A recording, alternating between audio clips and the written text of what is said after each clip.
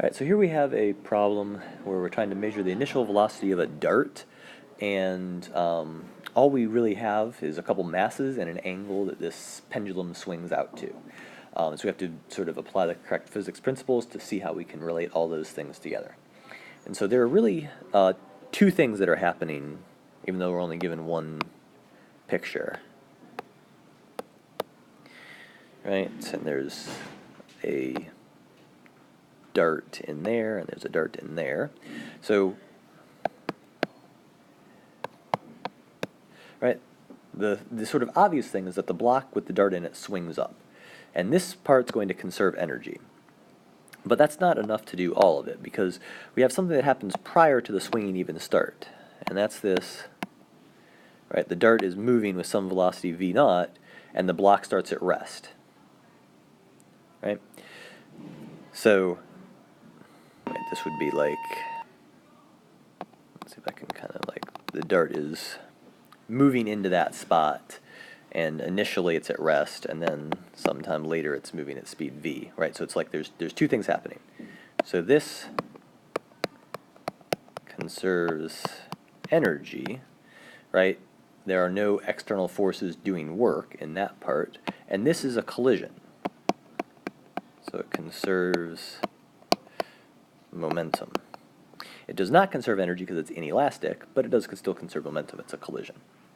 And so we can relate this initial velocity to that, that initial velocity to that angle. And there's a couple steps different in that. But the first key is to recognize that for this part we have to conserve energy. So 1/2 m plus m naught v squared equals m plus m naught h, right?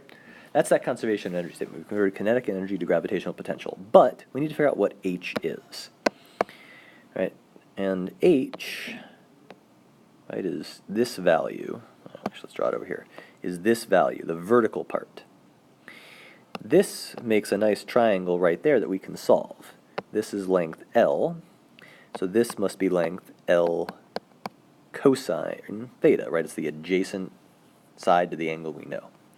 And so then h, because the string length doesn't change, so then this piece that's just right here must be L, the total length, minus the bit we calculated above, L cosine theta. All right, so from geometry you can figure out what h is in terms of things that we know, namely that angle that it swings out to.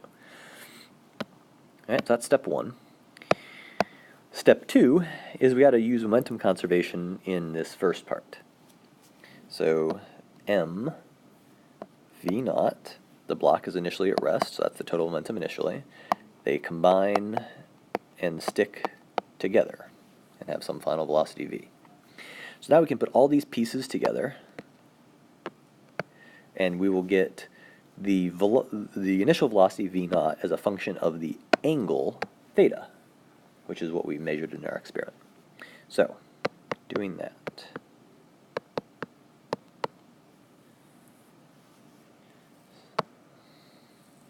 So we rearrange this purple one to get m v naught over m plus m naught squared. And then this is m plus m naught. Oops, I forgot the g in there. And then, let's actually get rid of that. See if I can rewrite that a little bit nicer.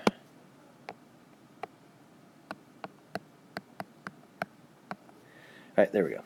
So, initial kinetic energy equals final potential energy in terms of the things we have. So some of this stuff, actually a lot of this stuff is going to cancel. Right, so let's start cleaning it up a little bit. So the first thing, these factors are going to cancel on both sides. So now I'm going to go to the next slide. I'm going to rearrange a little bit and solve.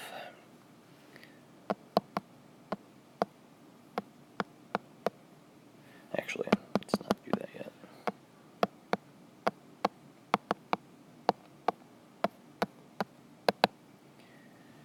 Equals, cancel the mass, so just this.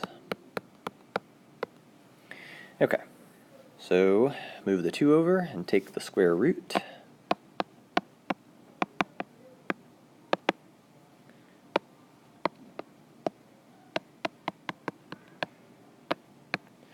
And now we can solve for V naught.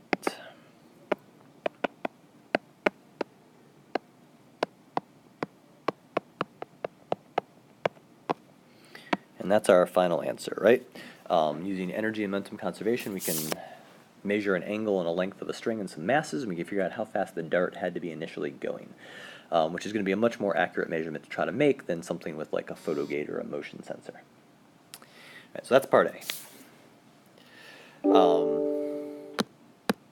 It's important to note how much partial credit you can get on this, though, right? If you know that there's a part that has momentum conservation and recognize how to write that, and if you know there's a part that has energy conservation, you know how to write that, you're at 2 points, even if you can't do any of the math at all, right? Just knowing what concepts are involved.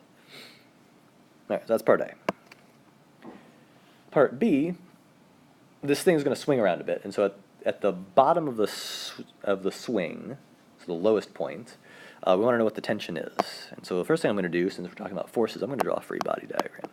Right, at the bottom of the string, the tension points straight up, and the weight points straight down. And we're moving in circular motion, right? If I let this thing continue for a big angle, we'd have, right, it'd move a complete circle, right? The radius of the circle would be length L.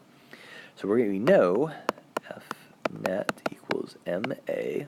We can use the free body diagram to get the net force. So tension minus M plus M naught G, and equals M plus M naught. And now the acceleration, it's circular, so V squared over R.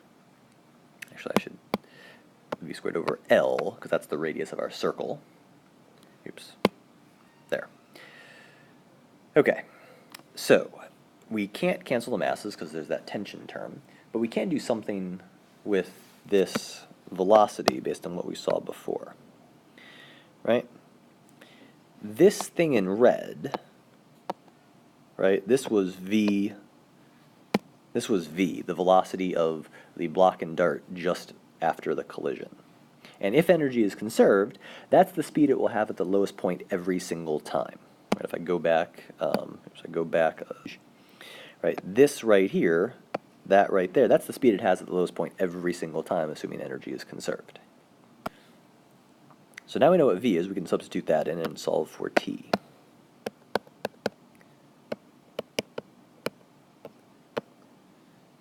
So we factor out the M plus M naught, G plus 2GL, 1 minus cosine theta, all over L, right? That's V squared, because I canceled the square root, and divided by the radius L. So we can cancel some stuff,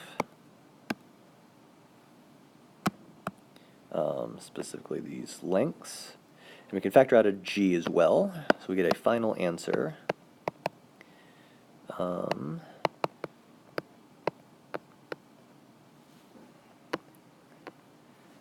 That's not going to fit in there. I'm going to rewrite this a bit higher up.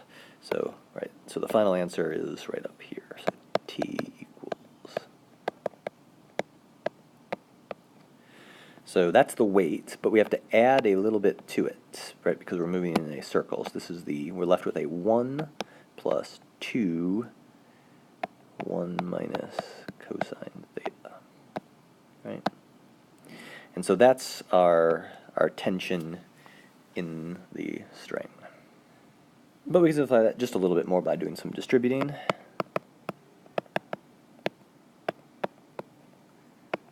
Right? So 1 plus 2 is 3, and we distribute the 2, and so we get minus 2 cosine theta. Right? And so that's our final answer for the tension. You notice it's bigger than the weight, which makes sense. We're accelerating upward. Right? Okay. Those two are sort of the math-heavy parts. Well, sorry, algebra-heavy parts. Part D is also a math-heavy part. But in Part C, we have to make a lab, right? And we just have to sort of design a procedure, measurements and calculations. So this question, I think, could potentially take as much time as all the other parts combined, depending on the level of detail you do, but here's sort of the general idea of what I had in mind. And there might be other answers, but I haven't come up with any other ones that are sort of definitively good, so I'm going to do this one.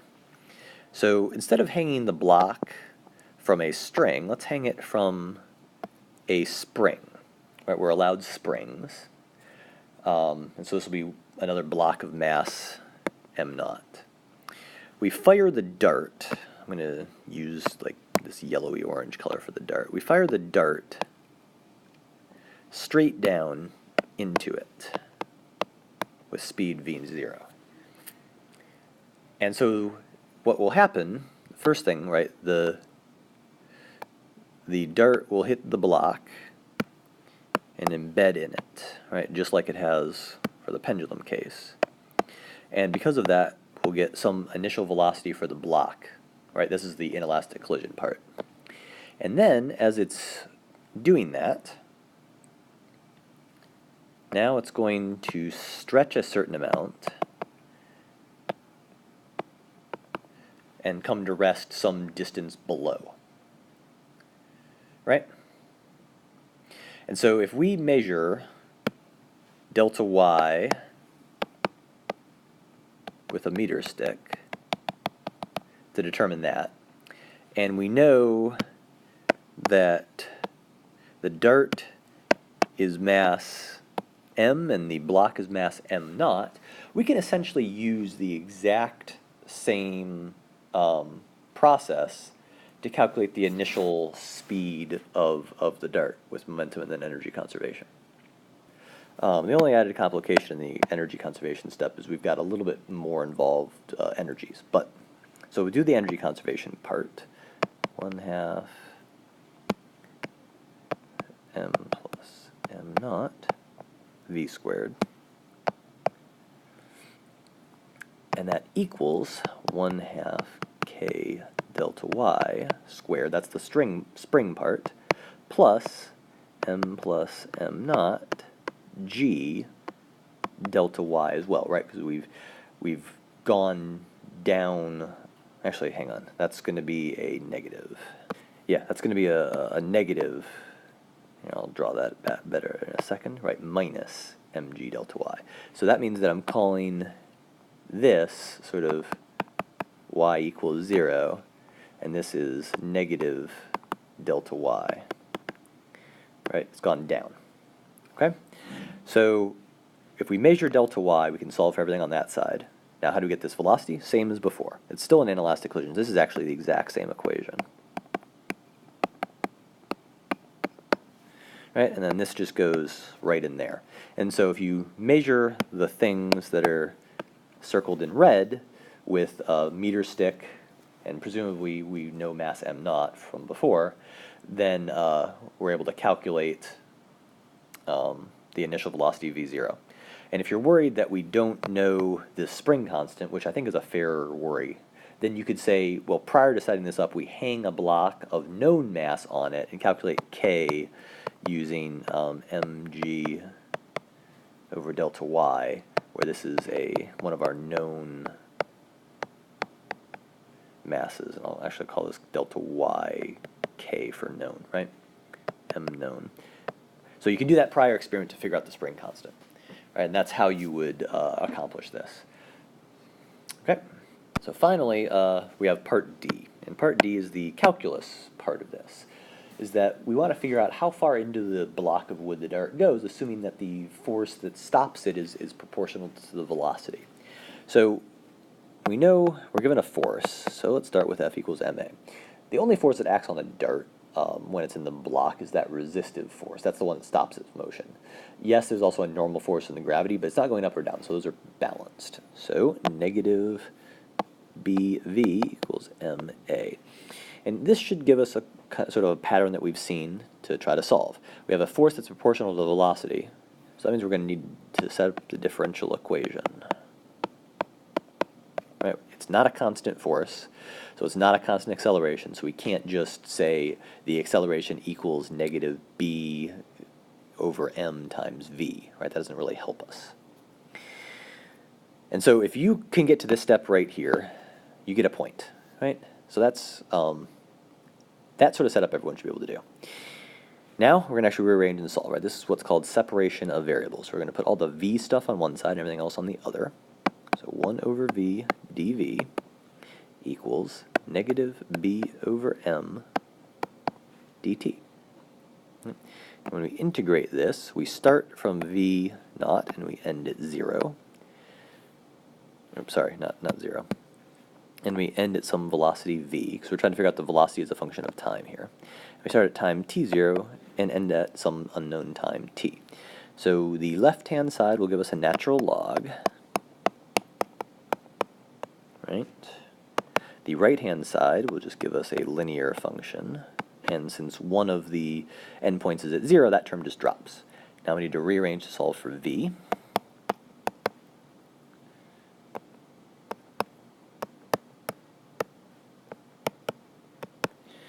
We exponentiate both sides. Remember that when you have a sum in the exponent, you can turn that into a multiple of the actual exponentials. So I split that sum up, and we can simplify. And that gives us v of t. So now, if we want to figure out how far do we travel, we have to integrate the velocity function to get a change in position. Right? So this is like delta x, which is what we called L, equals the integral of v of t dt. And what times do we integrate over? Well, time t equals 0 is our starting point.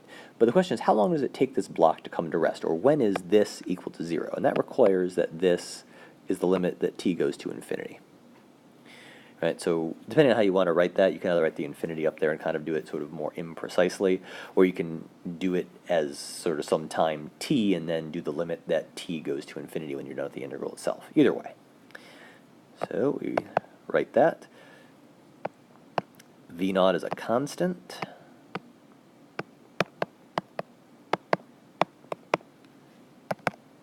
So an exponential is very easy to integrate. We just sort of put the inverse of that coefficient here.